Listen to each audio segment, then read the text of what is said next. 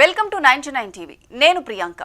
ధాన్యం అనేది కేవలం ఒక పంట కాదు, అది రైతు పెట్టిన శ్రమకు ప్రతీక. విత్తనాల నుండి కోత వరకు రైతు తన సమయం, శక్తి, ఆశలను పంటపై పెట్టుకుంటాడు. కానీ నేడు ఆ రైతు శ్రమ విలువ కోల్పోయినట్లుగా కనిపిస్తోంది. ఎందుకంటే రైతు పండించిన ధాన్యం రోడ్లపై పడుతోంది. ఐకేపీ సెంటర్లలో ధాన్యం కొనుగోలు చేయడం లేదన్న ఆరోపణలతో రైతుల్లో తీవ్ర అసంతృప్తి నెలకొంది. తమ పంటకు గిట్టుబాటు ధర రాకపోవడం, కొనుగోలు ఆలస్యం కావడం వల్ల రైతులు ఆగ్రహానికి లోనవుతున్నారు.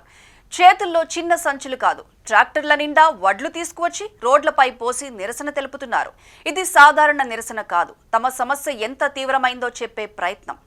ఆరుగాలం కష్టపడి పండించిన పంట సమయానికి కొనుగోలు కాకపోతే అన్నదాతల ఇబ్బందులు అన్ని ఇన్ని కావు.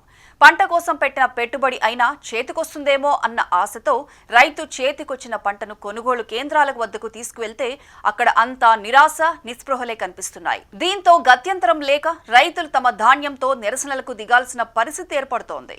తమ పంటను ఎవరు కొనుగోలు చేస్తారు అన్న ప్రశ్నే రైతుల గొంతుల్లో ప్రతిధ్వనిస్తోంది. ఈ దృశ్యాలు చూస్తే రైతులకు ఒక పోలిక గుర్తుకు వస్తోంది. ఒకప్పుడు పంట పండితే పండుగలా ఉండేది. ఇప్పుడు అదే పంట కోసం పోరాటం చేయాల్సిన పరిస్థితి వచ్చిందని ఆవేదన వ్యక్తం చేస్తున్నారు. ధాన్యాన్ని కాంటా వేయడంలో అధికారులు నిర్లక్ష్యం వహిస్తున్నారని ఆరోపిస్తూ రైతులు రోడ్డెక్కారు. కొనుగోలు సెంటర్ వద్ద రోడ్డుపై రైతులు ధర్నాలు నిర్వహించారు. రోడ్డుపై కల్లాల్లో ధాన్యం పోసి నెల రోజులు గడుస్తున్నా కాంటా చేయడంలో నిర్వాహకులు, అధికారులు నిర్లక్ష్యం వహిస్తున్నారని రైతులు ఆందోళన వ్యక్తం చేశారు. సెంటర్ నిర్వాహకులను, పౌర సరఫరాల అధికారిని ఎవరిని అడిగినా రేపో మాపు అంటూ నెల రోజులుగా పట్టించుకోవడం లేదని రైతులు ఆగ్రహం వ్యక్తం చేశారు. ఎండనక వాననక కష్టపడి పంటను పండించి కొనుగోలు కేంద్రానికి తీసుకువస్తే అధికారులు నానా ఇబ్బందులు పెడుతున్నారని ఆవేదన వ్యక్తం చేశారు. ధాన్యం వెంటనే తూకం వేసి డబ్బులు చెల్లించాలని డిమాండ్ చేశారు. ఈ సమయంలో రైతులకు గతం గుర్తొస్తోంది. కేసీఆర్ ముఖ్యమంత్రిగా ఉన్నప్పుడు ధాన్యం కొనుగోలు ప్రక్రియ సులభంగా జరిగేదని వారు చెబుతున్నారు. అప్పట్లో డేట్లు, డ్రామాలు లేవని, సెంటర్ తెరిచిన వెంటనే ధాన్యం కొనుగోలు జరిగేదన్నారు. తూకం పూర్తయిన వెంటనే డబ్బులు నేరుగా రైతు ఖాతాలో జమ అయ్యేవని, వారికి గత ప్రభుత్వ సమయంలో ఎలాంటి ఇబ్బందులు లేవన్నారు. అప్పుడు రైతు ఐకేపీ సెంటర్ల చుట్టూ తిరగాల్సిన అవసరం ఉండేది కాదు. ఐకేపీ సెంటర్లే రైతు దగ్గరకు వచ్చేవి. సెంటర్లు మూసివేశారన్న మాట వినిపించేది కాదు.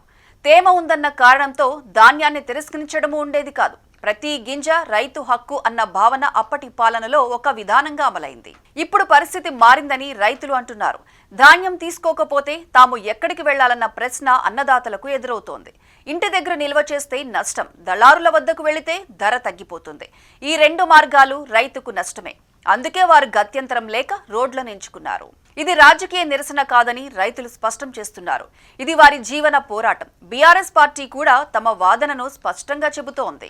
ధాన్యం కొనుగోలు ఆగితే రైతు వ్యవస్థే కూలిపోతుంది అన్నది వారి అభిప్రాయం. కేసీఆర్ హయాంలో ధాన్యం కొనుగోలు రైతుకు భరోసాగా ఉండేది. ఇప్పుడు అదే కొనుగోలు రైతుకు భయంగా మారిందన్న ఆరోపణలు తీవ్రంగా వినిపిస్తున్నాయి.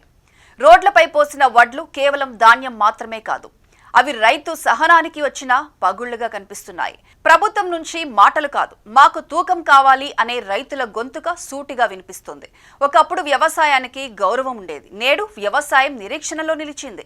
ఈ నిరసనలు ఒక్క విషయం మాత్రం స్పష్టంగా చెబుతున్నాయి. ధాన్యం కొనుగోలు అనేది ఒక పథకం మాత్రమే కాదు, అది రైతు నమ్మకం.